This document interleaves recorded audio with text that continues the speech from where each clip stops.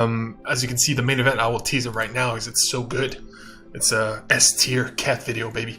This is one of the best cat videos I've seen in like a long time. I cannot tell you the last one before this that was this good, so stick around for that. I also have the sickest and most badass Batman batsuit I have ever seen. I will show it to you, and it blew me away. Can't wait to show that to you. That is also the main event, but the main show is we're going to talk about the trial of the Chicago 7 and Pieces of a Woman, which I saw back to back in a cinema. It was awesome. I'll also talk about future plans, which are very exciting. Next week, let's just say that March 18th, mark the date, because I'll have 2 incredible live streams that day. I'll tell you what they are, and I'll tell you why I will never, ever either visit or move to New York City. It's a weird, specific reason, mostly to do with my height, but you will see I have visual proof of that, and it's also going to be talking about a specific show that not many people are talking about. So without further ado, let's start with, again, cat video at the end, because we have to start, unfortunately, with a downer. Okay, Pieces of a Woman, hardcore drama. If I'm being honest, I cannot recommend it unless you are a woman who is thinking of giving birth to a child or is pregnant, but even then, it's pretty rough. It's pretty rough, but it deals with, you know, labor, right? Give it a hard 7. And it's a woman in labor. The movie starts with a home birth, of which I have an image right here.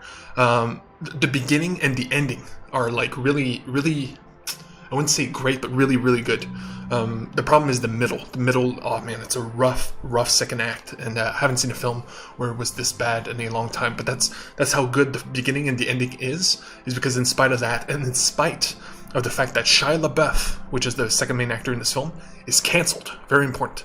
Deservingly so. He was abusive to his girlfriend, physically abusive, and that's the kind of stuff we can't forgive. So yeah, and unfortunately he taints this movie. Sometimes it happens with actors. It happens most notably with Kevin Spacey. You can't watch House of Cards. You can't watch some of his recent movies, like the one Baby Driver, right? Or the 21, the Blackjack films, because he plays like a crook who takes advantage of young boys. And it's crazy because that's what happened in real life. In the same way, Shia LaBeouf's last few roles as him playing a gruff, manly man who is, you know, maybe a little passé, you know what I mean? Like he feels like he should belong in another time. Tom Hardy does this as well, but Tom Hardy does it much better, and he also has the size to back it up.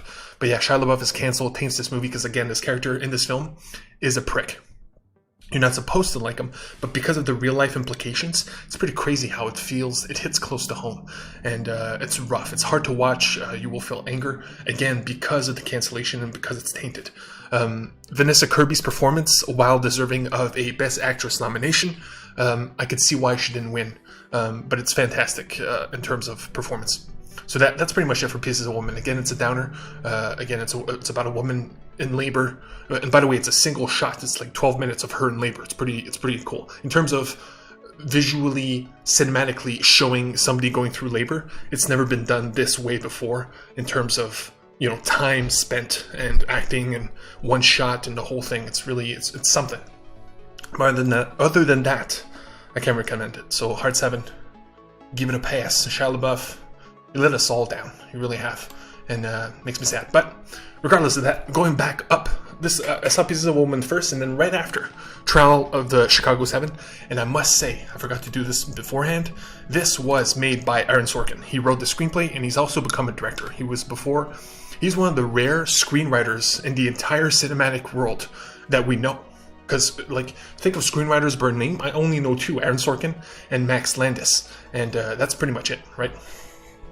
And Aaron Sorkin won Best Screenplay for this film. And he didn't win Best Director, but you could give it to him because it's a fantastic 9. And seriously, it would be a 10 if I was American, old enough to appreciate, an old enough liberal to appreciate what is shown here. But other than, and also know legalese, because 65% of this film takes place in a courtroom. It's pretty crazy how, and I'll tell you his secret weapon after, but how they made that entertaining. For like 65% of the time, you're sitting in a courtroom with all these characters. Which, by the way, look up here, the cast, insane. Like it's truly an ensemble cast, and really I can't recommend it enough. It has a fast pace, it's fun, it's about something serious but also worth knowing, and everybody delivers. It's pretty crazy, from the script writing to the directing to the editing, which is his secret weapon. Okay, the editing of this film is so fun, so entertaining, that it powers through the directing and the script that are very wordy, right? That's what he's known for. He's known for a lot of speeches and he will not change a word. It has to be perfect. And I will never, and I doubted him. Like, I did not want to, I was going to watch it regardless, right? But I wasn't excited to watch it, right? It was my least excited to watch film of all the nominees. And I'll never, ever do that again with Aaron Sorkin. Because he did Molly's Game, which is about Molly Bloom, who ran a underground poker tournaments, right? Fantastic film. Also fantastic. Also gave it a 9. Also had better energy than you would think it would have, given the premise. And so yeah, Aaron Sorkin, you have my complete trust from now on. I'm sorry I doubted you. And last thing, I do want to showcase, because it is a crazy ensemble cast, I want to showcase the 3 MVPs, okay? Sacha Baron Cohen, obviously, okay? He plays he's on every poster. He's like the face of it all, right? Oops, sorry for the clicks, you hear that? But he has like a crazy afro in the film, which I'm guessing was a wig right here. And he plays a stand-up comedian, extreme liberal yippie, if you will, right? And he delivers. There's like scenes where he does literal stand-up in colleges, so he has these he has to be both funny and insightful to these crowds. Very impressive. The second actor I want to showcase by far is, we'll get to him, Frank Langella.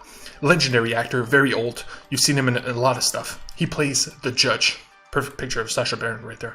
Man, these advertising for IMDb, I don't get it. He plays the judge who is clearly biased, clearly corrupted judge, okay? And he nails it. Like, there's a lot of him screaming at people because, like, he's the judge and he exudes his power right here. And fantastic performance. I've never been as impressed as for Frank Langella than this. And finally, we have Mark Rylance. Mark Rylance is a under-the-radar best Oscar winner. Okay, he won the Oscar for, I believe, Bridge of Spies, which I haven't seen from Steven Spielberg. But I do remember him big time from Dunkirk, of Christopher Nolan's World War II film, in which he plays a boat driver. It's pretty crazy because his story feels like a side story of the whole film. Like, it's not about the war. And he has the best acting in that film. He's the most memorable moment of that film. He's the most memorable actor, memorable character. Mark Rylance is a name, same thing with Aaron Sorkin, that I will never doubt. He is something that I will remember, and he is the adult in the room in this film. He's like the anchor that from everything else bleeds from him. It's beautiful. So yeah, Trial of Chicago 7, again, I cannot praise it enough. It's fantastic. 9 out of 10, fantastic. Right away, are we done? Are we done? Yeah, we're making these quick now because it's every day. I'm so used to like these 40-minute shows. The reason I'm not moving to New York is simple. There's a show called How To with John Wilson, which is produced by Nathan, not Nathan Fillion. You know, Nathan For You? Anyway, that guy. Very well liked. Point is, it's about a guy who carries a camera everywhere. Like, that's his thing. So he lives in New York, he carries his camera everywhere. So he has thousands upon thousands of hours of footage. He made a 5 episode HBO type thing where he does imbue storytelling within it. Perfect example is the 3rd episode where he explores the Mandela effect. And in the 1st episode, he goes to a frat party in like spring break, you know? And he's not that type. He's like a nerdy introvert dude. Anyway, 2nd episode is all about scaffolding. And I'm like, what? How can you make an entertaining episode about scaffolding? And he did, because he showcases not only is the business of scaffolding huge in New York, but it is everywhere and it is only growing. It is insane. And he talks about every aspects of it. For the business side, he literally goes to a scaffolding convention, okay, that talks about scaffolding. And see here, he makes jokes about like people using it for different reasons. And this guy's using it as an office, as he says. Point is, it's everywhere. So, and COVID, right? New York is known as a COVID hot center. Like, look at this, okay? This is a perfect example. You cut away 18% of the sidewalk, at least 18% of the sidewalk, which used to be free without these pipes, without these gates. You could walk which means you had more space in between people so that if somebody had COVID and walked past you, you wouldn't get sick like in my city or any other city. But in New York, because you're stuck in these tight spaces where everybody is passing by each other, of course it's going to be a hotbed if there's literal scaffolding everywhere. And I'm not downplaying the whole everywhere thing. It's staggering how much there is. Like, I could skip to any part of this episode and there will be scaffolding. This poor guy right here is blind. And he's like, dude, scaffolding is horrible. He's like, I keep hitting things and whatever. But, you know, he just accepts his fate. So I will never accept that fate. Also, I'm 6'5". 6'5" means that sometimes the scaffolding will be too short for me. So I'm not gonna suffer through this. And I've had like one street corner has scaffolding here. By the way, the reason they do is because stuff fall off buildings, right? So ice, bricks, and it's killed people. And then people complain. Hence, scaffolding everywhere. It's pretty bad. I'm hoping it doesn't happen in my city or other cities. But it sucks. It sucks going under scaffolding. You don't see the sky. You can't appreciate what's around you. It's just a way. You just want to get through it. You just want to get the scaffolding over with, right? When you don't have much. So the fact that New York is literally littered with it, and it's only growing, making New York City not only the biggest city in the world, but literally a scaffolding city in which you cannot appreciate its original beauty. So for that, I will never move, visit, or care about New York City. I know it's harsh, but trust me, this episode was fantastic. I will talk about the whole show once I'm done. Only have 2 more episodes. Now, preview for next week. Next week is going to be sick. Tomorrow is round 2 of the anime battle royale. 5 left, 2 will survive. Let's find out which ones. It's fantastic. I can't, like, it's so good. And it made me realize that I can do this every month. So, like, next month would be superhero shows where I watch, like, Stargirl, Umbrella Academy Season 2, Doom Patrol Season 2, Flash Season 5, Agents of S.H.I.E.L.D. Season 6, and all of these I have to watch. I was going to watch at some point. But to make a show out of it, to make it fun, seems like a good idea. Anyway. March 18th, baby. This is what I'm telling you. March 18th, mark your calendar. Come here on the evening, and I guarantee you will have 2 live streams you could watch back that are fantastic. If not, if you're lucky, you can catch into the day. Sorry, I hit the mic. Point is, at 1 o'clock, I can guarantee this. 1 o'clock, I'm Eastern time here. So 1 o'clock, I will live stream this reveal. It's very important to me. I love Life is Strange. Life is Strange 2, you can guarantee it will be one of my big live streams. I just got to make sure there's no hiccups because that one is very important to me. But I love Life is Strange. Life is Strange Before the Storm is one of the best games I have ever played, and I wish everybody could play Life is Strange Before the Storm, which is very specific. It's like it's in between 1 and 2. You could call it a spin-off, but it's not. And so yeah, and this is all they teased. Like, it's just gonna be a trailer, right?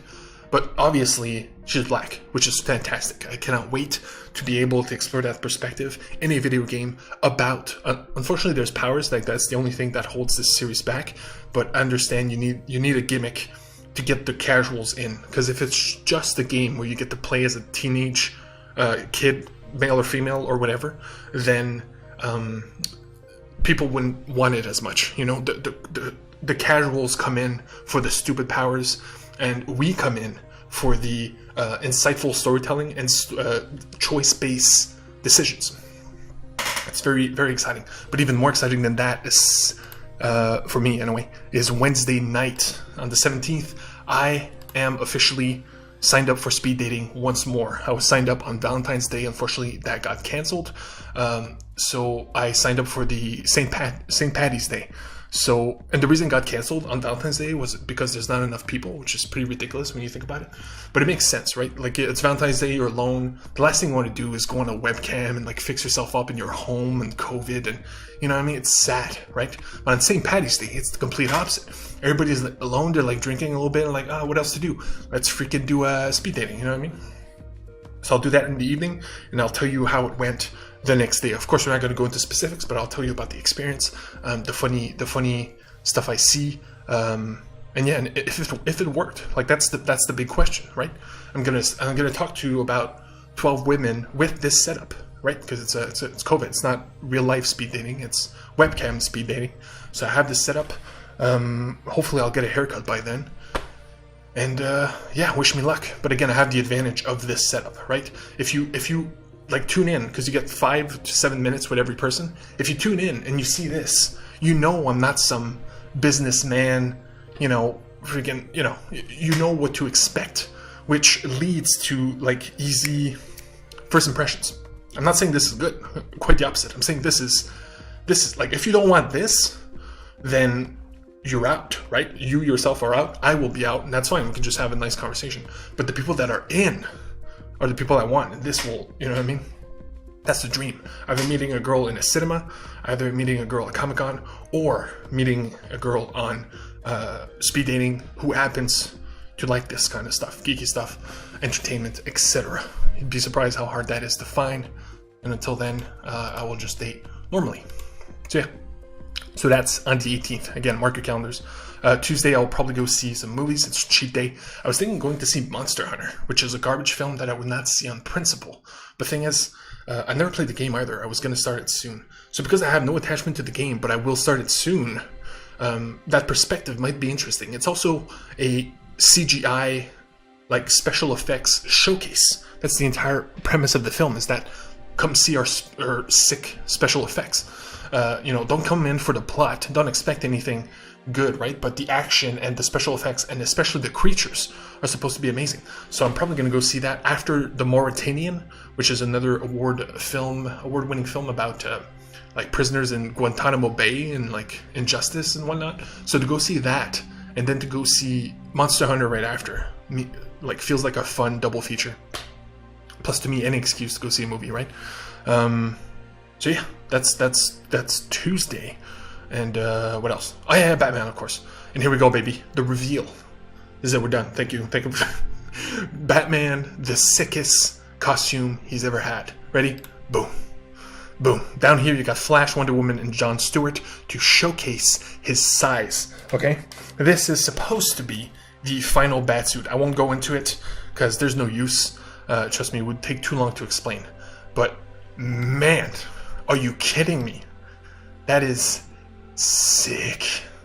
Like, there's no other word. Like, it's just, it's staggeringly cool. And this suit is designed to take care of the Justice League. Literally, the next issue is him, like, tearing them up with this suit. It's crazy. It's crazy.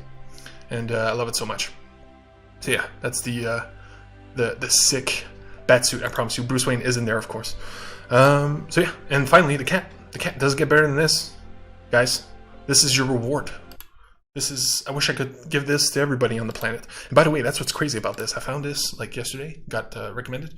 1.2 million, which is a lot, right? But in relative terms, in cute, funny cat video terms, it is nothing. And the craziest thing is, this came out over 5 years ago. 5 years, 1.2 mil for what is possibly the best cat video I've ever seen. That's injustice. It's injustice. We are here to rectify that. Here we go. Well, this isn't even... He doesn't know whose tail it is.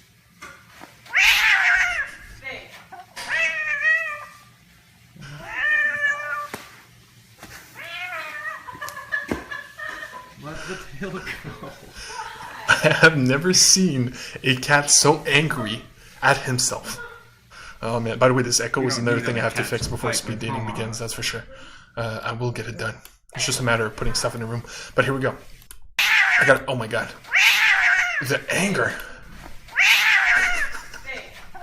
And him licking his wounds right after, because he's like, oh, the pain, right? But here's the thing. Here's my favorite part. Roll him off, and he still keeps going. And this sound right here.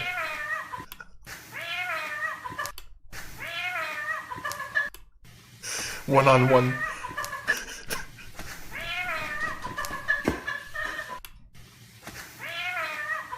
One-on-one versus his tail. Oh my god. Tail one.